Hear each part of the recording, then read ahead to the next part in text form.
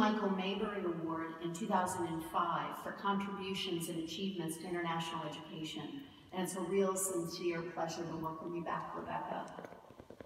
In 2005, Rebecca was country coordinator of Education USA at the U.S. Embassy in Harare, where she founded and grew the USAP Scholarship Program, which sent over 400 students on full scholarships, mainly to universities in the United States.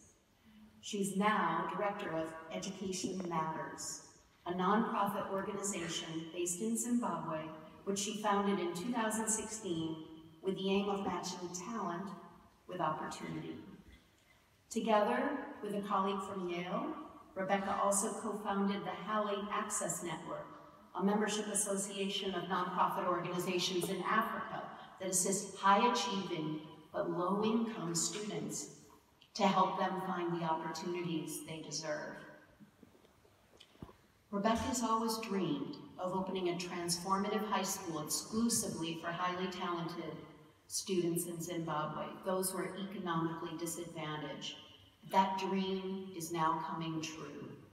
As Education Matters is building and opening the USAP Community School amidst a range of challenges which she is surmounting. It's my distinct pleasure to welcome Rebecca to share her thoughts on how we can together create brave spaces. Please join me in welcoming her this morning.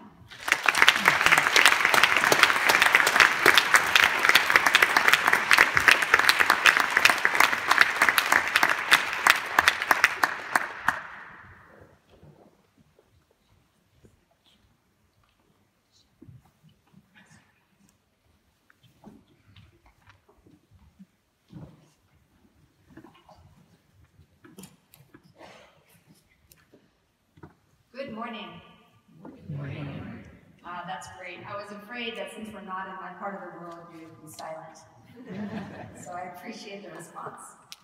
It's incredibly daunting and humbling and such an honor to speak in front of a room of amazing colleagues, many of who have lit the path for me over the past 2 decades of work in our international arena. CIS, I am humbled and I'm very grateful for this opportunity.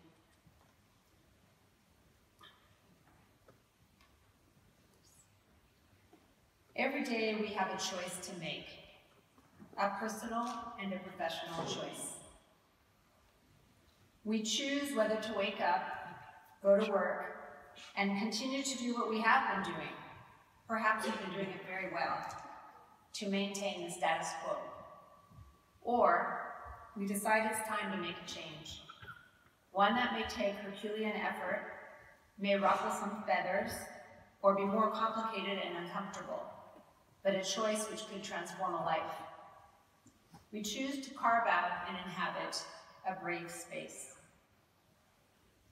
True, it takes work, hard work, reflection, tenacity, but each and every one of us can make such a choice. It is a choice that allows students from any economic background or any corner of the world to be part of our communities, our schools, our colleges and universities. As educators, our students are the core of our work. They are the true reason that we are here in Bilbao. Let's not forget them while we conference over the next 2 days. For those who do not know my story, these are some of my students, my bright, amazing USAP students. They are highly talented, very low-income Zimbabwean students, bright lights I'm blessed to know, who have taught me many valuable lessons. They have persevered through difficult choices and challenges to get to where they are. And they have shown me with grace that we, international education professionals, can do the same, no matter which bureaucracy we are part of and face, no matter which country we work in. My students have taught me not to take no for an answer, but they always parrot back to me the words I tell them. If you don't apply, you can't get in. They remind me that when the stakes are high, you have to make a plan and keep going. This morning, I'm going to unashamedly talk to you about the goals of true access, real inclusion, and what it means for all of us, and for how we build communities in our schools and in our universities. I want to share with you a few of the valuable lessons that my Zimbabwean students, our USEP's family, and my journey with them have taught me. I have learned that we need to be proactive in our work. Whether you're an admissions officer or a school counselor, you need to go and find students where they are, literally and figuratively. Learn about their journeys and listen to how you can truly include them. I think this morning of Agathe, who got on a bus from the refugee camp where she lived, with sheer faith and only half the bus fare she needed to come for her USEP interview. She convinced the drivers of the 3 overnight buses that she needed to take to carry her for half the fare, because this interview could change her life. Agathe slept at the bus terminus of a city she'd never been to, and was the first student waiting for us in Mashingo, where she had never been, when we pulled up to do our interviews. She is now studying at Wheaton College in Massachusetts. I think of Blossom, who would rush home every day after school to take over her sick mother's small business, that of frying small pieces of meat and intestines, a mixture in Zimbabwe called gambo, to sell to the drunk patrons of a rowdy beer hall in her township until late in the night, to make the money she needed for her school fees and Cambridge exams. Blossom is now studying at the University of Edinburgh. I think of Tino, who was told as a girl in a rural school that computer science and tech was that of a subject for boys. Instead, she downloaded programs on her phone so that offline she could teach herself how to code. She applied and now is studying computer science at Grinnell College in Iowa. I think of Itai, who grew up herding cows and when watching his aunt waste away from AIDS, vowed that he was going to find a cure, as many kids say. He didn't get into any university the first time he tried, simply because of average standardized test scores despite his straight A's. But he took a gap year and rewrote them after intense study. Itai graduated 2 years ago with the top award from Amherst College and is now on a Rhodes Scholarship at Oxford, having already been accepted to study afterwards for an MD PhD at Harvard as part of a team that's making headway on the AIDS vaccine. They published findings with his name on it after a major breakthrough 3 months ago. There are many, many USEP students, each with their own remarkable stories, who fill me with both inspiration and rage. I am inspired that they keep dreaming and pushing the limits. I am enraged that too often we put up roadblocks and shut doors in their faces for what seems to be only 2 reasons: that they don't renew our discount rates or increase our endowments, or that they don't match the testing profile or other attributes of our typical applicant. My home, where I've lived and worked for over 2 decades, Zimbabwe, has faced and continues to face tremendous challenges. In USEP, we've outlawed the word problem. When a student says, "My Mano, I have a problem," I quickly remind the students that whereas problems can stop us in our tracks, challenges we can overcome. So yes, Zimbabwe has its challenges, or as a friend recently quipped to me, living in Zimbabwe is now an extreme sport. We currently have the highest inflation rate in the world, so our salaries are already worth less than 1/10 of what they were at this time last year. Imagine what it's like to fill out the CIS profile when your exchange rate changes twice a day. Our electricity is in short supply, so we only have power between 11 p.m. and 5 a.m. nightly. One admissions officer in this audience who recently visited Zimbabwe has inspired me by bringing to this very forum the gift of solar lights for our school. Sweet. Admissions officers seem to balk when I tell them that the applicant we are recommending completed our application on smartphone using data, so please excuse formatting errors. Most urban and rural areas are without running water as it's a drought year, and right now all of our doctors are on strike.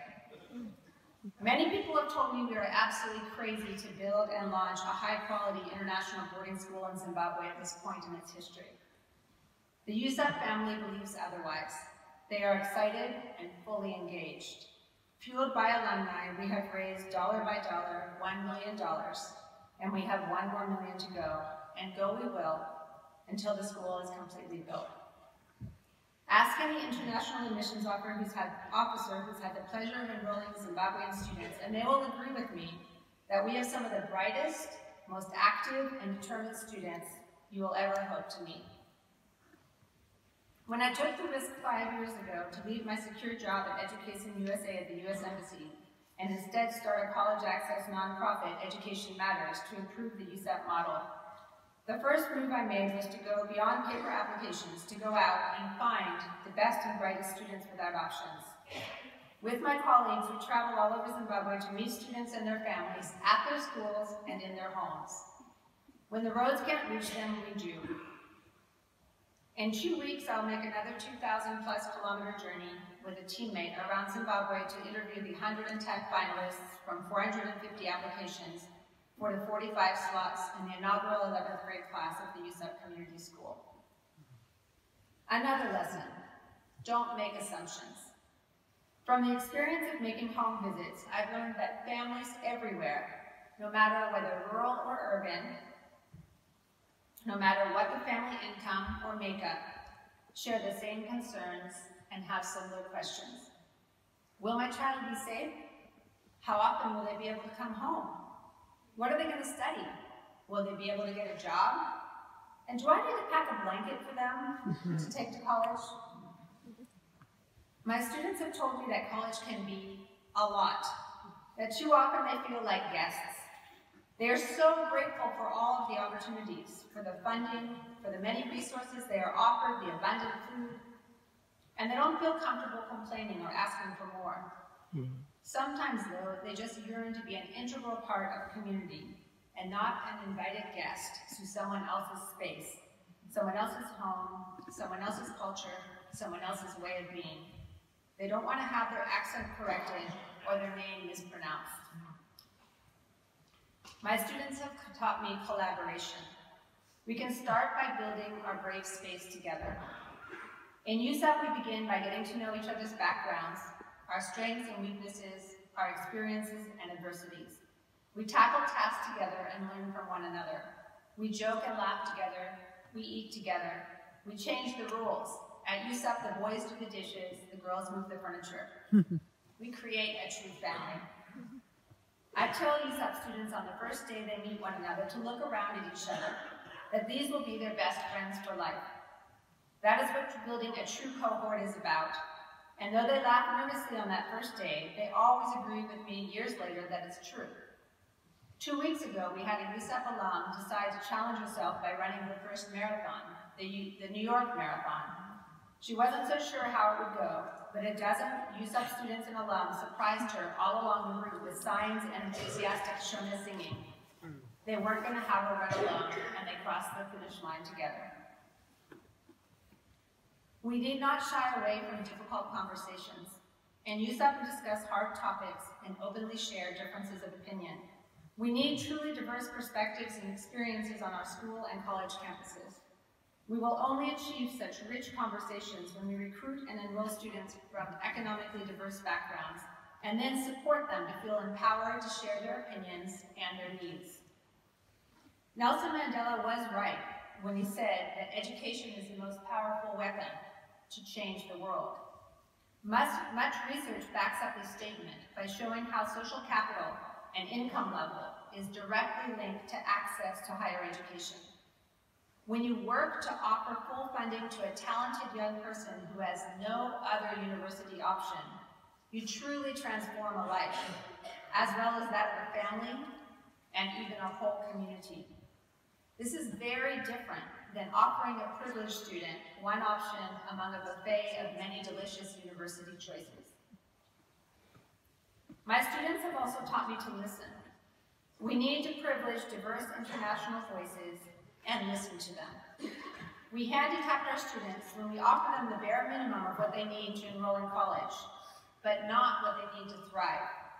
I can never quite understand if we are investing so much in a student, why we leave a glaring but relatively tiny gap in their financial aid.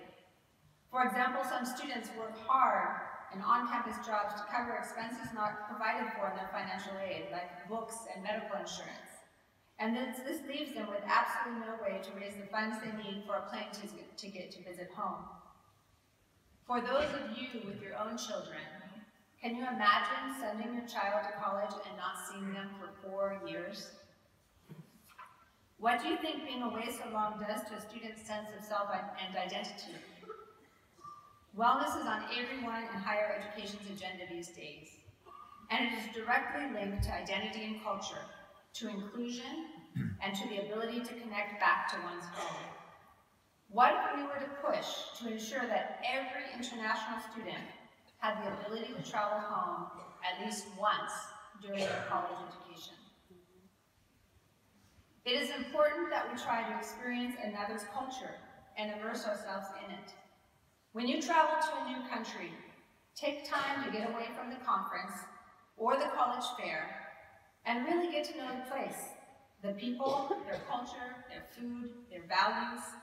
Challenge your recruitment agenda or travel plans to have one less country, but to spend more time in each place you go, getting to know the schools and even meeting the families of your students, so you will more fully understand them and their contexts. Though each of us has a crucial part to play, we are not going to solve the issue of inclusion and access to international higher education by ourselves. Yusuf has taught me that the sum is always greater than the parts. We need to work together. Admissions representatives and college counselors and college access organizations can form powerful alliances. Holly Access Network, which Jane mentioned, is a living example. 4 years ago, an admissions officer and I had the idea to get together a handful of passionate individuals committed to working with high-achieving low-income students on the African continent. From that first meeting, we have evolved to be a powerful, well-developed network of nearly 40 member organizations who meet annually and work constantly together to advocate for our students within the international ecosystem. What we have made possible together, supporting and even visiting one another, never would have happened if we had not forged an alliance. And although I start, I would ask those of the Holly Access Network who are here and the friends of the Holly Access Network to please stand up.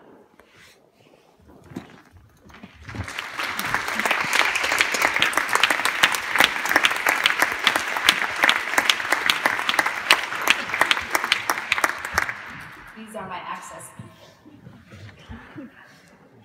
Celebrate the triumphs. There are so many hard days, frustrations, and disappointments when others don't share the urgency with you for making change. It is easy to get discouraged. It can break one's heart to see a student not have the option to continue with school. So take time to celebrate the victories, large or small. And we should celebrate our students' different talents, whether getting to share our musical talent with others, as Anis, who here plays in Birra for his classmates, and left sciences to study his true passion at Reed College for ethnomusicology and anthropology.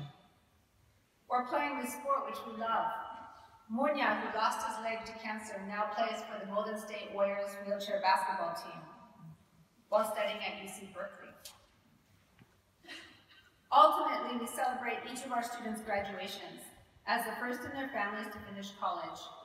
Gladys, here when she graduated from Mount Holyoke, has started STEM Excel, a project to bring science education to children in a high-density township where she grew up.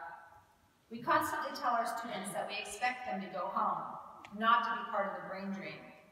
But I challenge you all by asking, how is your school or your college supporting your students to make the smooth transition home? What resources are you putting towards internships internationally and career counseling options for students to return home professionally? Take time to reflect. We get so busy in our daily lives that it becomes simpler to just put one foot in front of the other and to keep on going in autopilot mode. It is important to step back, to find that quiet place, and really reflect. How am I moving the needle toward the change I want to make? Who are my allies in this effort? How can I persuade those I work with that we can do what is right and just to grow our international community in meaningful ways? Such reflection is what has birthed the USEP Community School. We are opening in 2 months a transformative A-level boarding school in Zimbabwe for highly talented, economically disadvantaged students to prepare them for international education opportunities and to assist them to return home to build society. And to create brave spaces, we need to come together. The CIS Forum here in Bilbao is one such gathering. May we all use this opportunity to forge new alliances, to make new partnerships, and to consider new possibilities. All of us can do that one thing to make real change in our professional ecosystem.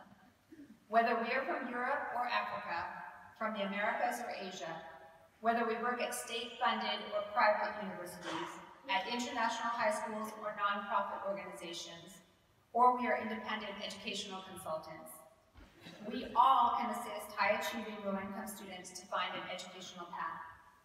We can help those with the drive and the talent, but simply without the information or the resources to continue their education.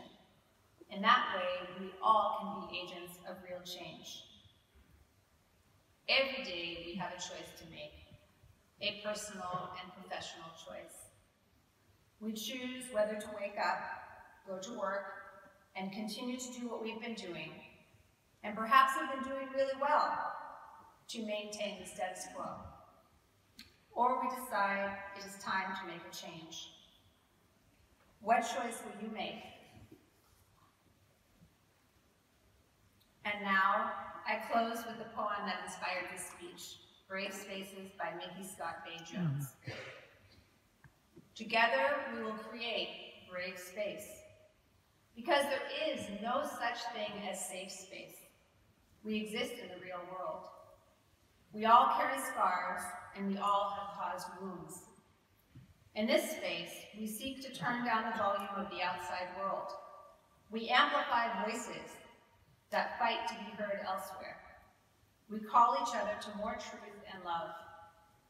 We have the right to start somewhere and continue to grow. We have the responsibility to examine what we think we know. We will not be perfect. This space will not be perfect. It will not always be what we wish it to be. But it will be our brave space together, and we will work on it side by side. Thank you.